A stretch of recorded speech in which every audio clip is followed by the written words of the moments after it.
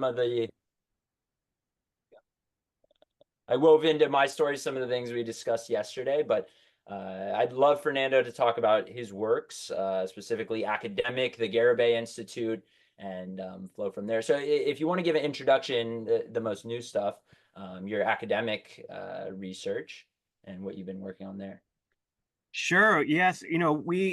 My history, I don't know how much you shared, but I learned so much from working in the music industry. One is that artists have the power to show the shadow, unconscious side of humanity. And in one unique perspective that artists provided the world is help us identify who we are and how we belong to each other and how we connect with each other. And so that inspired the work of which later led to public diplomacy and soft power through my institute, the Garibay Institute. Essentially, we realized that we're at a frontier of a lot of disparate communities looking for ways to communicate, and the traditional modalities of diplomacy are no longer working effectively. And we believe artists have an answer to this, and that is creation. So when we collaborate and create together, we form bonds.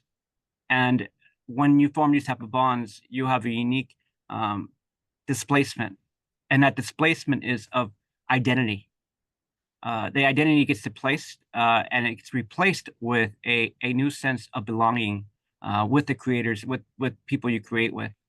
And so that gives a pause, a momentary pause towards their identity myths created by society and culture. And that brief pause allows a new relationship to flourish, one without prejudices, one without pretenses, one without behavior deterministic ideologies that can come with society and culture. Mm-hmm. I'd love for you to go into more detail talking about your work with public diplomacy, soft power public diplomacy. I know you're working with a large amount of countries. How does that, how is what you're doing different from what they have done before? Well, you remember traditional diplomacy is done through state actors, right? State agents. And so you have ambassadors, prime ministers, state leaders, and that's essential. What soft power does is it's an idea coined by Joseph Nye. Soft power is the antithesis to hard power, right? It was a frame of viewing connection through diplomacy, which is specifically defined by Joseph Nye as the power to influence, now coerce, behavioral change. And if you look at art, for history of how art has affected society, it's given us a lens to view ourselves, right? And then that's the parallel. And so traditional mechanisms of diplomacy are very formal.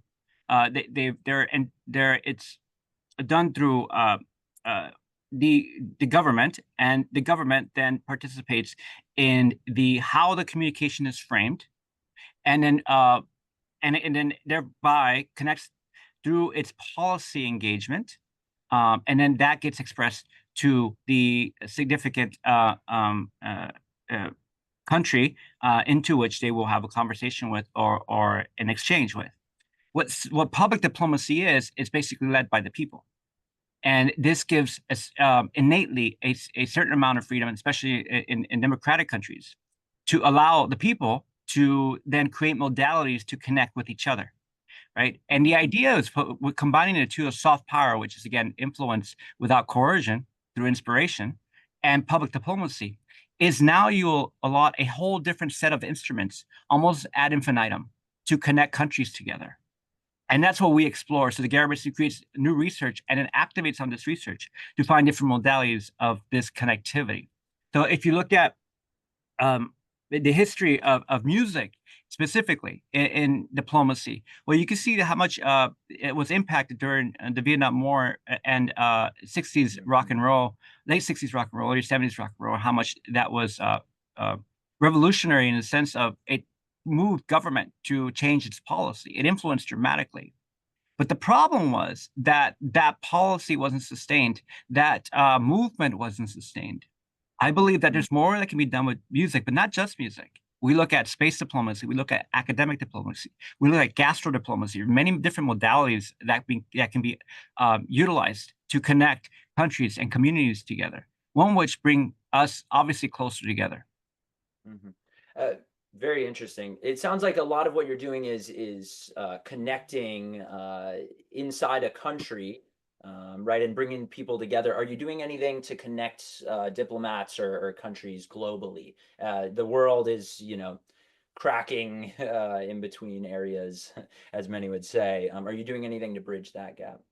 I like how careful you're about choosing those words. You're absolutely right. It's a stressful time.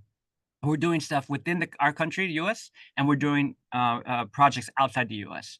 So yes, very much so. I think again, because formal diplomacy requires operating in these frameworks has been established by policy within the government.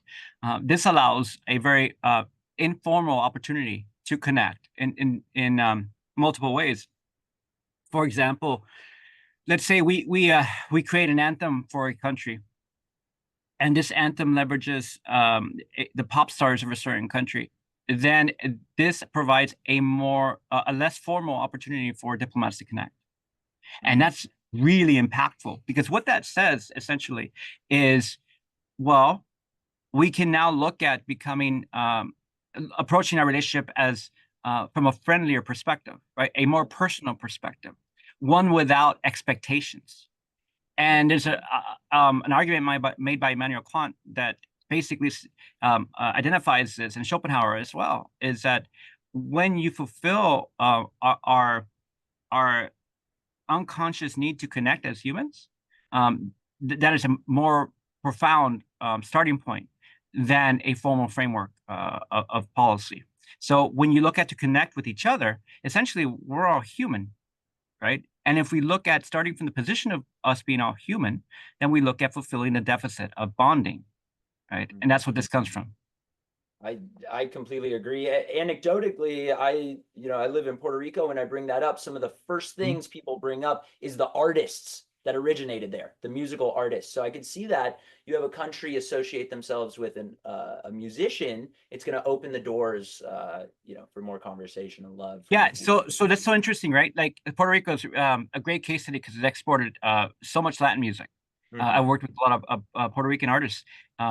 Absolutely stunning the amount of culture and art and influence they've had over globally. Huge impact. And so they look at artists like Mark Anthony and who created an anthem for the country, right? And that anthem still plays today. It united people, it punched above its weight as amounts in influence and impact. So it brought eyes to an awareness to Puerto Rico that it didn't have prior to that anthem. But this is a great expression of soft power. Essentially, this goes back to the Jungian philosophy of where this comes from, its origin, in a sense of what soft power, I believe, truly is. And that is, if you're able to fulfill an insecurity for a human, which is the need to be seen and observed, this deficit of humanity, and you fulfill that with fortifying of identity, on the macro side, it's culture, right? You empower a community to rise up to the challenges that a country is potentially facing. And that's what I feel Mark Anthony did with the anthem for Puerto Rico, is that essentially it fulfilled a deficit, and it created this pride and allowed the community to really stand together and push forward and promote Puerto Rico as a beautiful country. And so that's what we're looking to do, is to bring the best optics for a community and country in a way that gives the country a stronger support in cultural patrimony and a stronger awareness for the globe that they are a place that should be collaborated with. They are a place that should be connected with. And that's what we're looking at as far as to explore with the music diplomacy side. And we're also bridging communities that are, again, very challenged now by a difference in ideology, a difference of culture, and showcasing that, well, yes, there is a difference in history. There's a behavioral determinism that's completely, maybe perhaps opposite of your culture, but that doesn't mean they're not human, and that doesn't mean that we can't explore being friends, regardless of where we come from. Yeah, yeah. That's an amazing example of, what I feel is one of your mottos, which is creativity as a skill. That's a perfect skill for diplomats, creativity as a skill. You've now recently brought creativity as a skill into academia. Could you speak Mhm. on some of the skills in your curriculum that you're now teaching at Harvard and Stanford? Yeah, yeah. I'm been visiting lecturer for quite a few communities, and I've for the longest time I've worked on a lot of music, a lot of pop music that I would say influenced culture, and I couldn't describe what it was and how I was doing it. I knew innately how I was doing it, but I couldn't. I had a really difficult challenge to put it into words because words have a low bandwidth of communication, right? It's a small little filter of communication. But music predates linguistics. Music has a higher order of a bandwidth of communication, I would say. And I realized that if I can figure out how to frame the creative practice of making music, that skill would be transferable.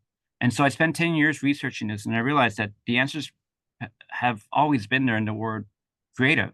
It's basically our ability to create. Prior to AI, it used to be human and organic modality, method of expression.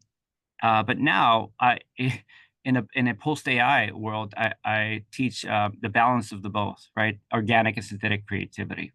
Mm. So organic creativity is everything incumbent of interoception, all our senses combined plus the beyond.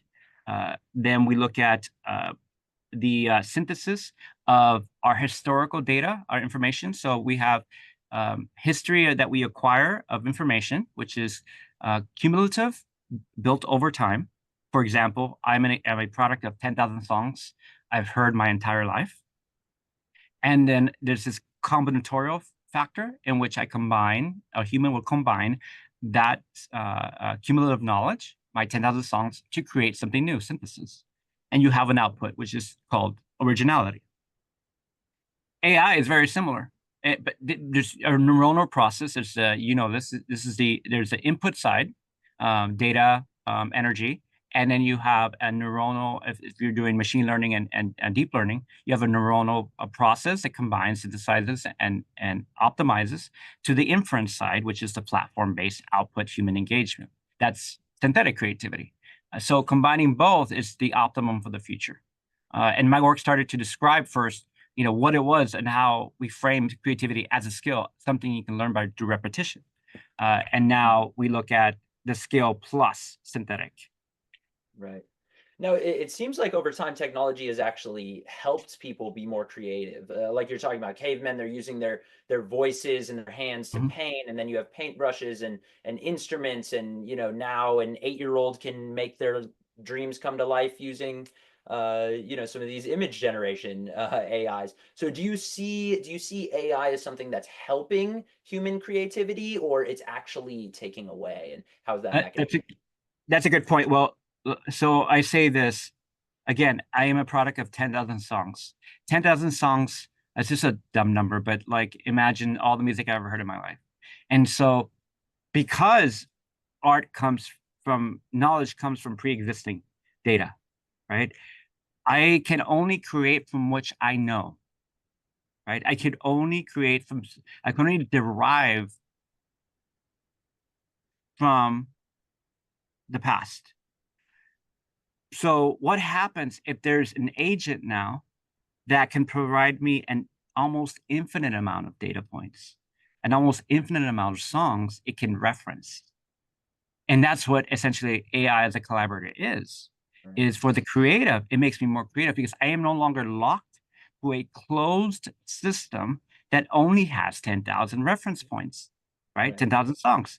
This is just an example, but it's a very, I think, effective example because for me, it allows me to access all the music that's ever been combed and analyzed throughout the Right. history of time that's been digitized to now inspire me to create further beyond, way past the boundaries I've had before.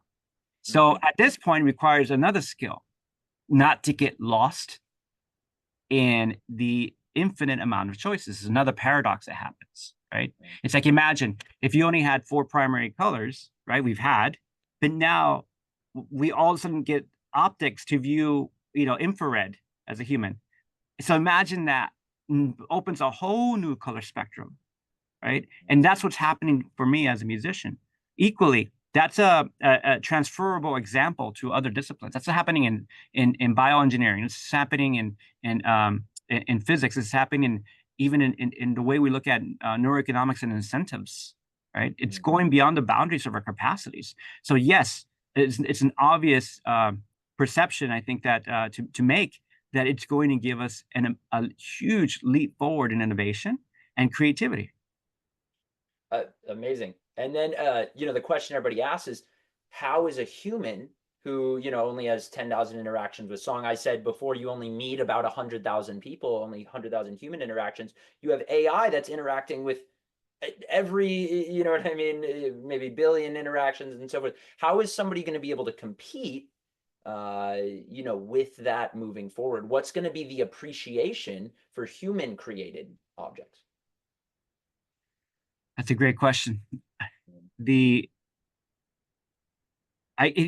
when we make predictions, we all create these and obfuscate around these warnings. I can't predict. It's not a fair assessment. But the reality is, we can look at this most of these problems temporally, right, over time, and based on the research we're doing and the access to and we have unique access to these LLMs and generative platforms, and we can make a recent set of predictions for the next 6 months.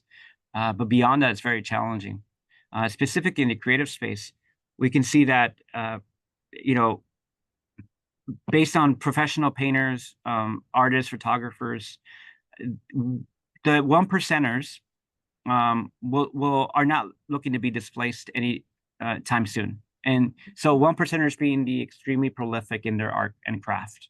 And again, we're going to use art right now as a proxy, as an example for, again, a transferable example for other disciplines. For example, for me, it still requires a lot of human intervention, because although it has access to this enormous amount of data points, songs, hit songs, and these music platforms can comb through an idea like create a song that makes me happy today as a very generic prompt starting point. It can create a song that could potentially make the masses happy, but it doesn't know you. And that's the key, is its only deficiency, well, it has multiple deficiencies, but its primary deficiency right now is that it's a very difficult process to unlock your true needs. And let me explain that. If this is important to break down, I think. The success I've had as a creator and a creative is that I was able to unlock the unconscious and limbic system for an artist. And because it's very difficult to put a mirror to someone's brain, right? It's very difficult to put a mirror to your own brain to explore what are these Schopenhauer deficiencies, right? When he says what you miss as a child, you will end up doing for the rest of your life. You will end up chasing. So the key is to unlock the limbic system by exploring what are the deficits a human has, an artist has, a singer has. What are their needs and desires? Where does this mission come from? Where does this purpose come from? What would make an artist want to sacrifice everything in their entire life, including their well-being, to perform for millions and millions of people, for the hope of being the 0.0001%er to perform for the world?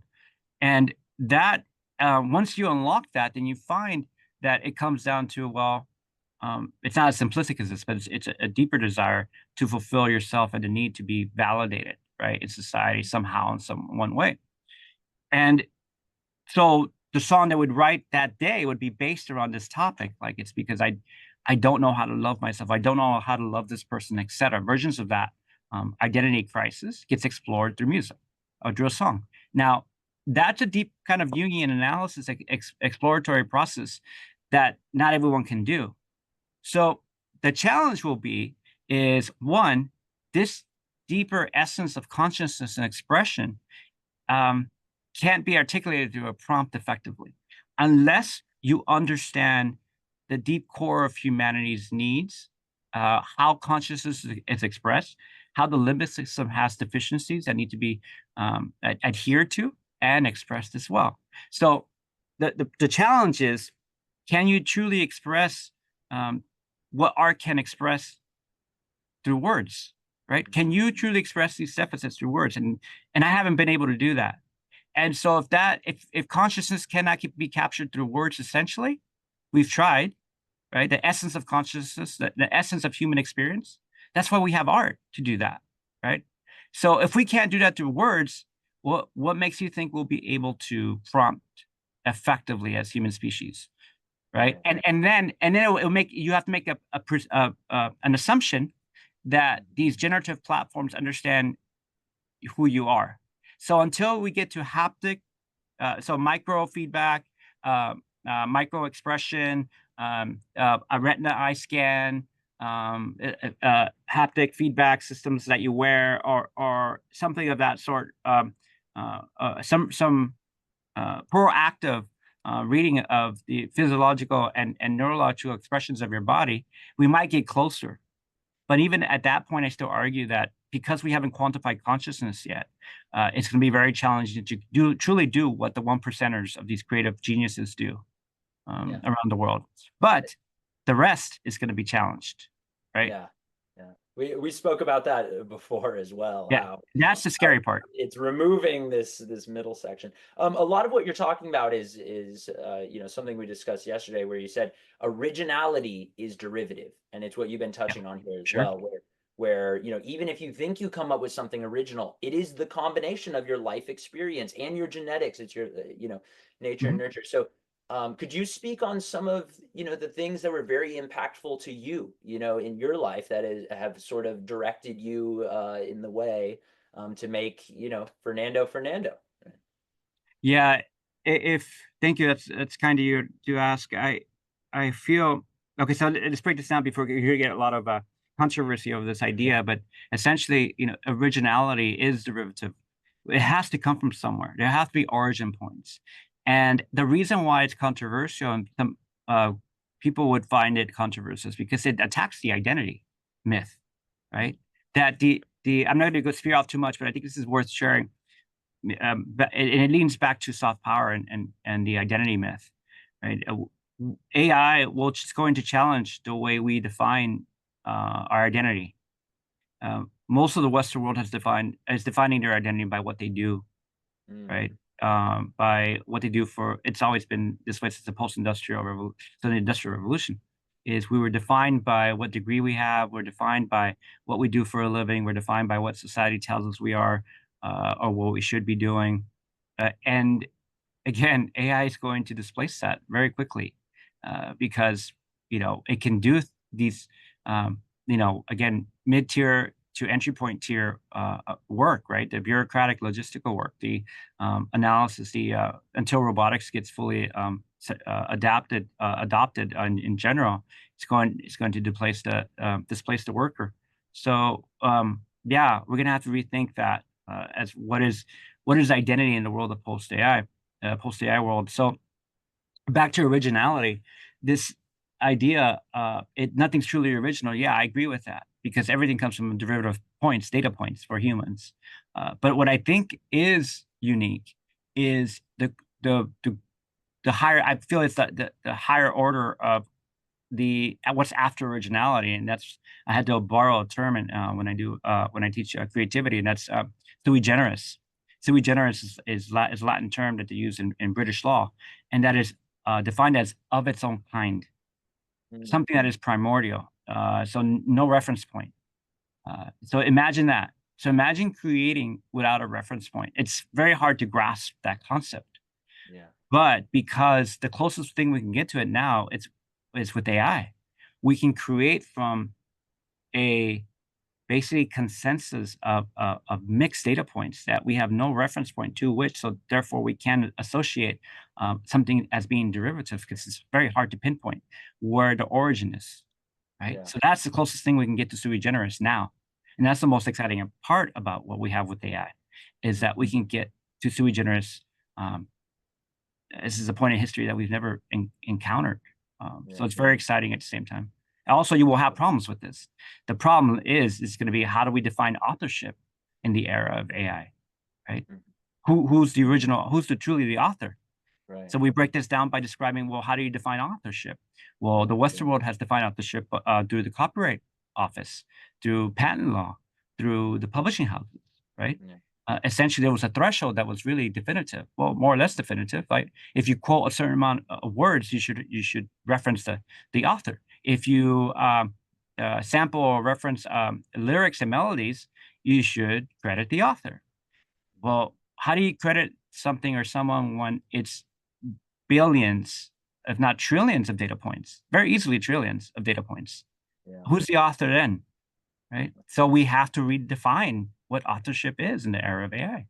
Right. Which authorship has always been an issue in music for who gets the No, breaks and we writing. couldn't get that straight. We still to You this day couldn't even argue. get it then. Yeah. Yeah, if you use 10 seconds, if you use 1 second, now if you use half a second Yeah. of music, yeah. So we're going to be very challenged. I think that the traditional mechanisms and thresholds we had for authorship no longer are transferable. That's my simple answer. Right.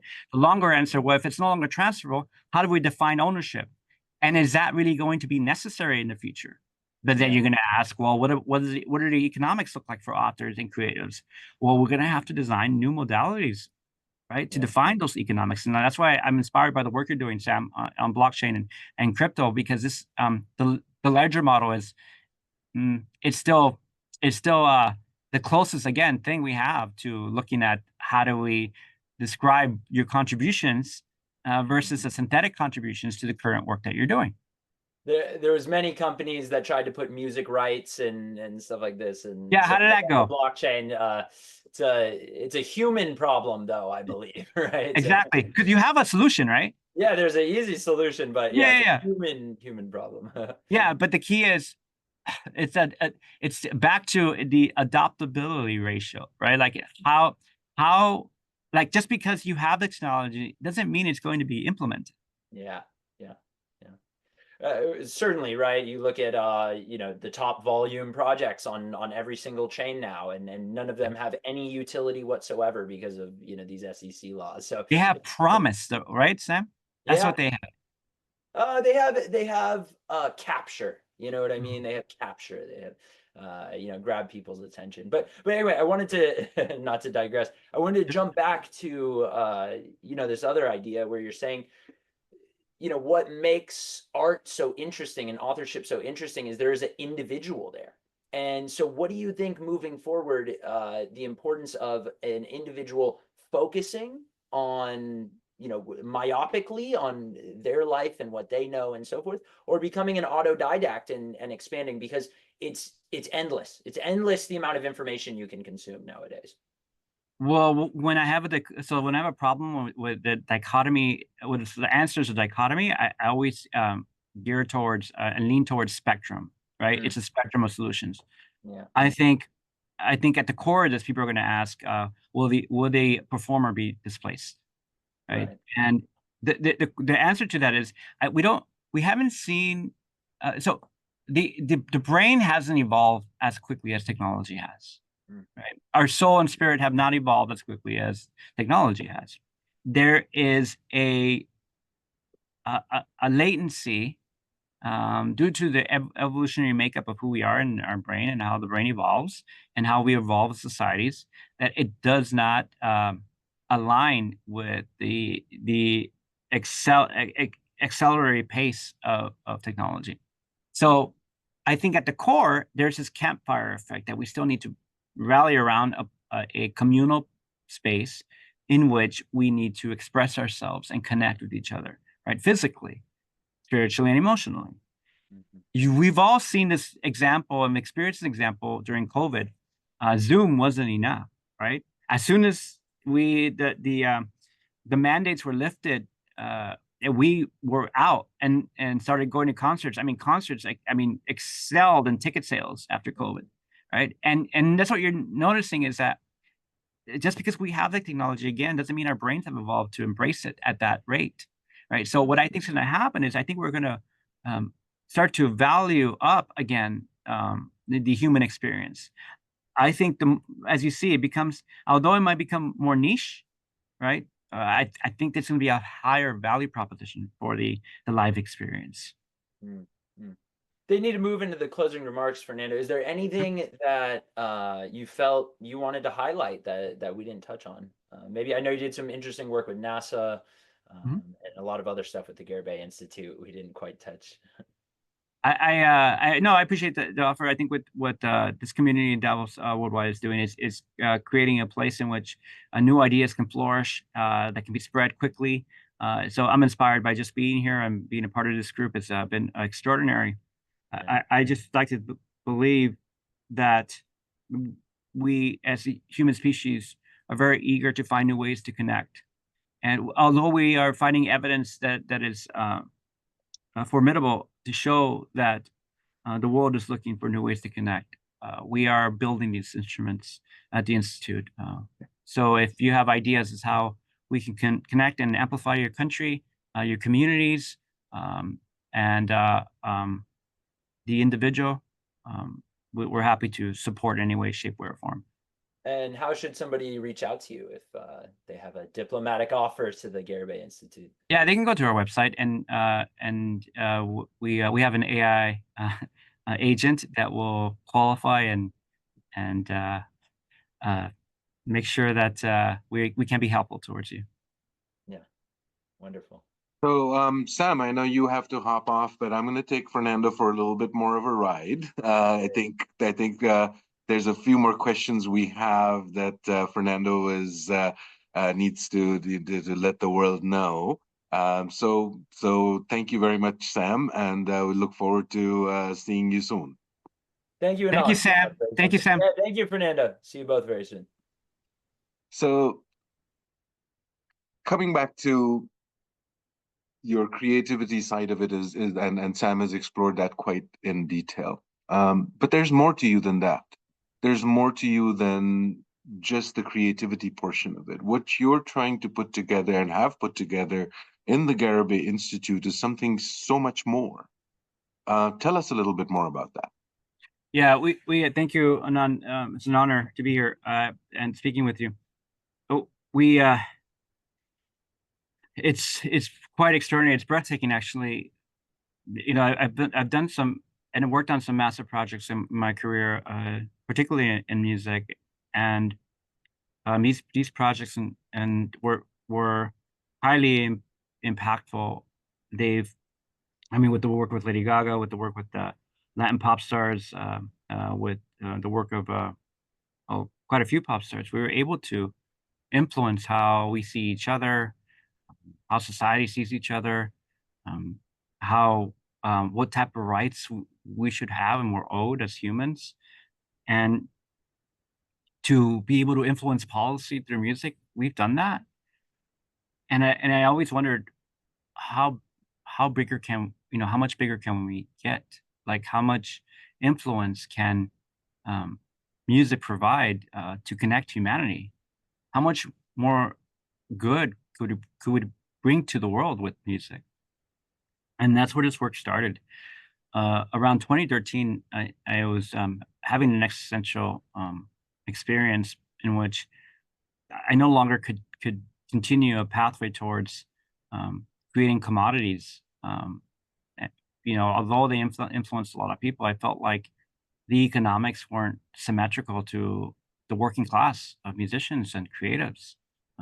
I couldn't keep doing what I was doing, making music, and although I loved it so much, more than anything in this world, I couldn't keep doing it when seeing my friends who were just where the economics didn't meet their needs. They couldn't live, right? So I had songwriters and producers and actors and all sorts of creatives who just because of the economic models and that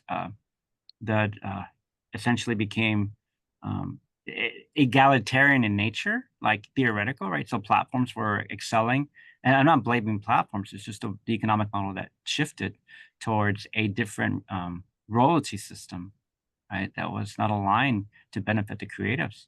It wasn't built for that. It was built to scale. And that's where I had to change course. And in order to do that, I knew I needed an education that was more abstract, right? And let me explain that. You know, when I'm behind an instrument, I can tell you how I do it, more or less, but not really. Like, I couldn't tell you where the origin point of this creative process was. Like, am I trying to capture an experience? Is it my experience, or is it the artist's experience, the singer that I'm working with? Like, whose is it? Who owns this? Right? And and people were dying. So let me backtrack a little bit. Around 2009, 2008, I was working with a few companies, startup founders that were already working on deep learning and the early versions of LLMs, and we were, you know, cloning voices, right? Taking voices and cloning them, and then having another singer sing the parts, and then you would hear back the voice of the artist that we cloned. And it was already prolific. It wasn't that different from 11 Labs, what it is today, although it's more sophisticated now, of course. It wasn't that different. And I saw that, well, here we are in a place where we're shifting towards the economics completely not benefiting the creative class in any way, shape, or form. There was almost returning down to fractionals, to pennies for return. And then here's this other world that's incoming. I just didn't know when it would hit, AI, but I knew it was coming. So these two things, I felt I can do something about it. And so I learned what creativity, what language to use by learning multiple disciplines. So behavior economics and economics was very key, but I borrowed from philosophy, from the hard sciences as well, and used different disciplines to articulate that creativity is a skill and it's learnable. And so why is this important? Because when we would get, and we have already, to a point of singularity where AI will rival the human in performance, cognitive performance, we need to understand what is the value proposition for the human. And so to the creative discipline of it, framing that as a skill, I was able to delineate what is human and what is synthetic. First of all, by looking at what makes up human creativity. And that is, again, it's a culmination of your senses, epigenetic legacy experience, right? So the knowledge inherited from past generations, good or bad. It is behavioral deterministic. It is the environment, the lessons of society, your parents, and your neighborhood that you grew up in, to the messaging you watched on TV, to the impressions you get on by looking at social media, right? This is all behavioral deterministic, but this makes you. This makes up who you are. To combine all these things, you have the human essence. Right? Now, when you have one human essence, that's a universe of experiences and inputs, right? That was already challenging, like to think of, just to grasp that idea that you're your own universe of experiences that can be expressed in your own way. That's why you're so unique. That's why every human is so unique, because it's a universe of experiences and legacy that compounds, right? Have you seen this ancestry, model in which, like, ancestry.com, and then they look at how accurate like these models are because they are compounding in nature. So for every parent, there's like, you get back to 100 potential relatives, and then it expands. Well, that's gives you a glimpse of amount of the compounding effect it is to how unique you are, right?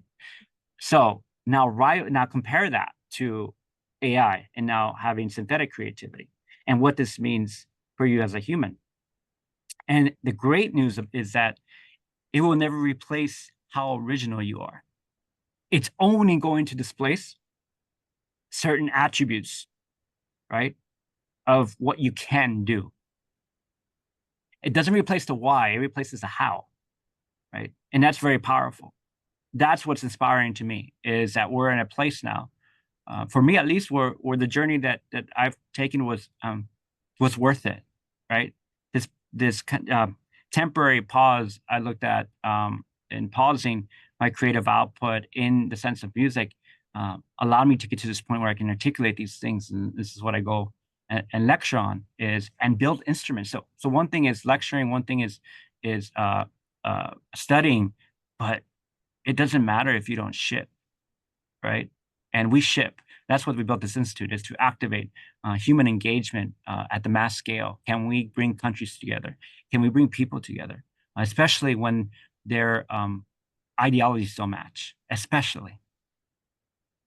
But there is that underlying, much as you referred to earlier in your conversation with Sam, an underlying gap in between human ability to adopt new technologies. This is nothing new. If you look at it and say, okay, some point somewhere somebody developed a shovel. Before that, people were using their hands or using something else to dig a hole. And then that went from a shovel to plowing to then going to at this point very, very advanced mechanized solutions. And I think AI currently stands at the same space where we have a fear. We have a genuine fear, whether founded or unfounded, that it is a displacing technology, that it's going to change everything. Yeah, well, yeah. So if you frame this as a tool, and compare it to foundational tools in agriculture, I think it could be framed in a very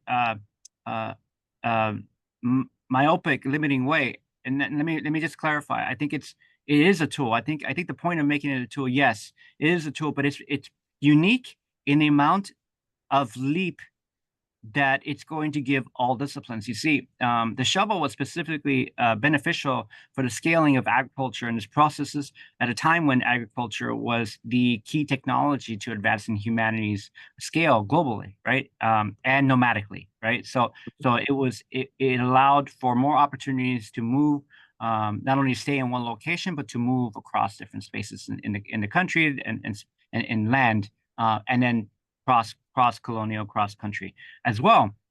What this technology does is actually has the ability to impact all disciplines, right?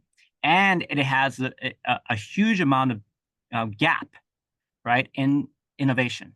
That's a leap way beyond anything we've ever experienced before. So you can actually measure temporally the time. So time of how much an innovation has had, an impact has had in general multidisciplinary output. But this is unparalleled. We don't have.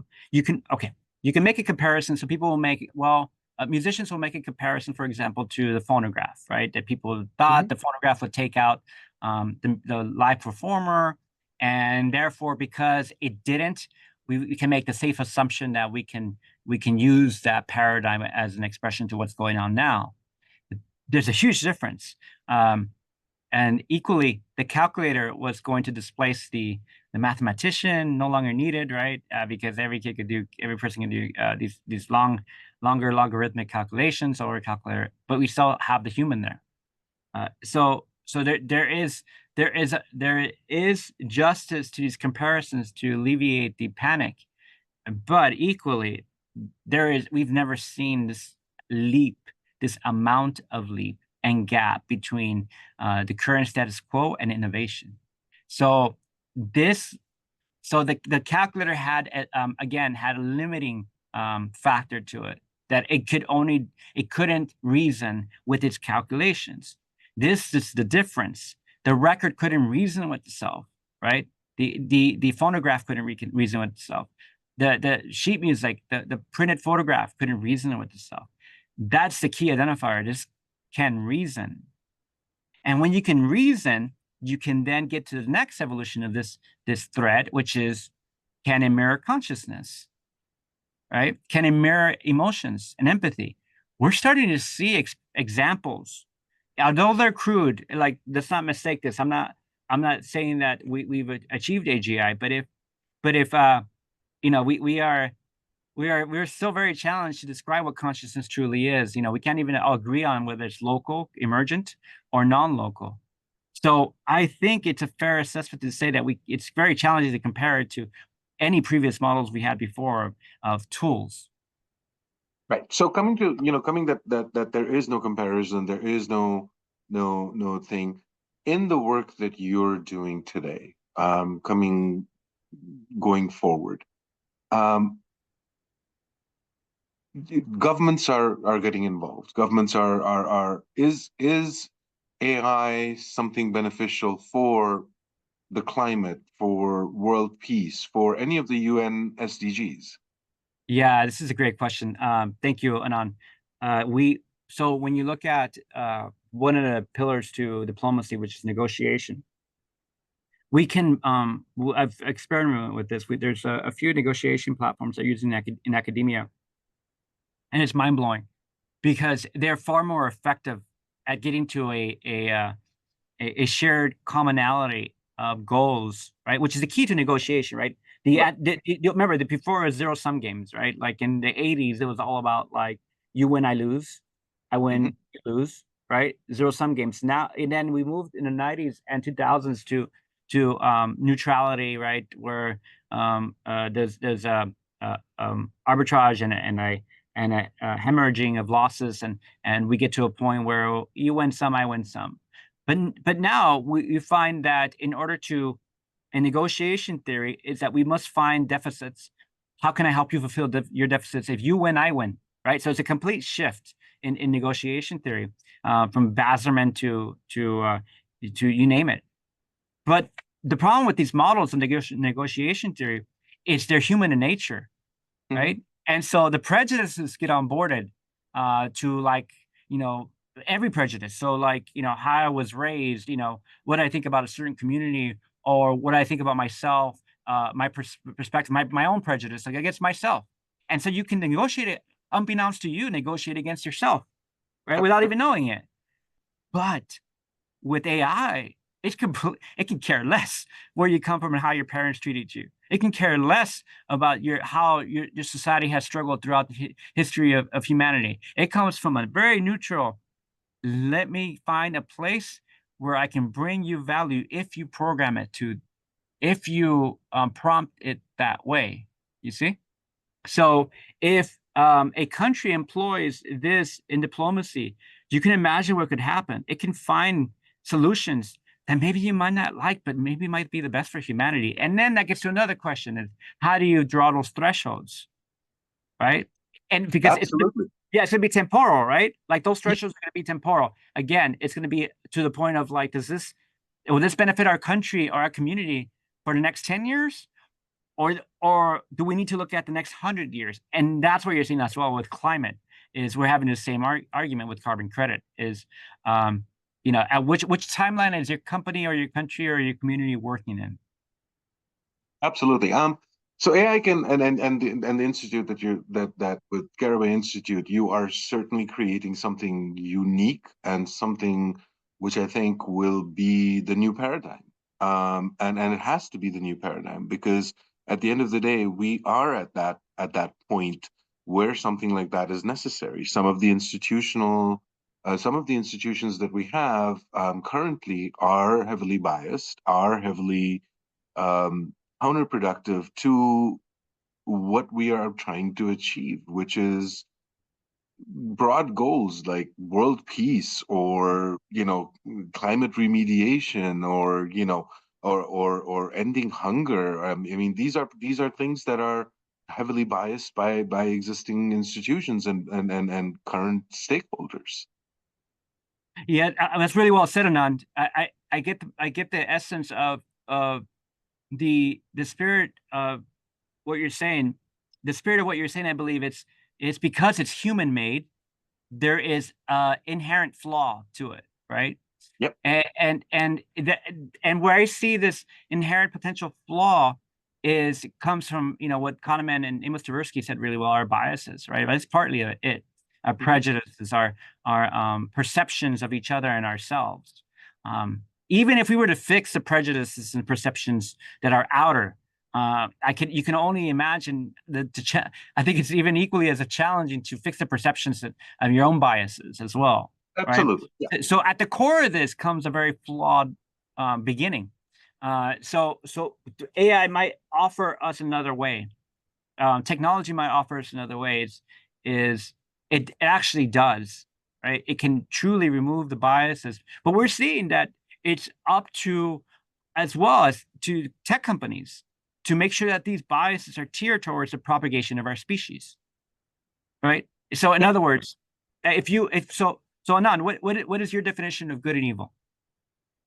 Well, again, there is no definition of good and evil in my mind because I think everybody, as far as humanity is concerned, we have the potential for both. And it just means it's just the circumstances, isn't it? That's a good point. I believe that evil is the destruction of our species, and I think good is the propagation of our species. And so, if we can just agree on that point, if humanity can agree on that point, we can then have a pathway forward in which we can use tech to remove our prejudices, right? But again, why this delineation between good and evil? Well, essentially, it won't matter if we don't exist. Absolutely. No, I mean, I think that one of the things that we learned in this 3 days, and ironically brought forward by a 12-year-old, was saying, if the Earth's not there, guess what? None of the other things matter. That's correct. If we are not on the Earth, let's put it that way. Not the Earth's not there. Earth's going to be there. Whether we survive as a species or not is going to be the most important thing. The rest of it will all happen regardless, whether we have peace, whether we have hunger, whether we have any of the goals that we want to emit. But our first and primary objective has to be, well, let's just survive as a species first. And that goes back to the nuclear Cold War era, and it goes back before that to why we had world wars, or why we had all of these things. Is at the end of the day, somebody at some point has to realize and say, you know what, climate is it. If the Earth decides to get rid of us, then the rest of it is all just academic, isn't it? Yeah, I think never underestimate the new generation, right? Exactly. So so we learn from every direction, and I'm glad to have had you on here. Thank you. I'd love for you to stay on for a little bit more on the next panel. But thank you so much for your time. And as a co-founder of Davos Worldwide, I really, really appreciate the vision that you've brought forward. And of course, remember, we're always here to support and to amplify your voice and in any way to assist. I just get, I'm so proud of this group. I can't believe the horsepower that's on this board. It's incredible. We have such different thinkers. You have, people like Sam, yourself, and Rebecca Huang, and Sanjeev, and just James Cooper. Like it's insane. This is I'm really proud of this group. Thank you for having me, and I'll pop in and say hello. And always a great joy to be with you, Anand. You've done incredible things, and thank you for supporting us. Thank you for supporting the Garibay Institute, and we're looking forward to continue. Thank you so much. Take care.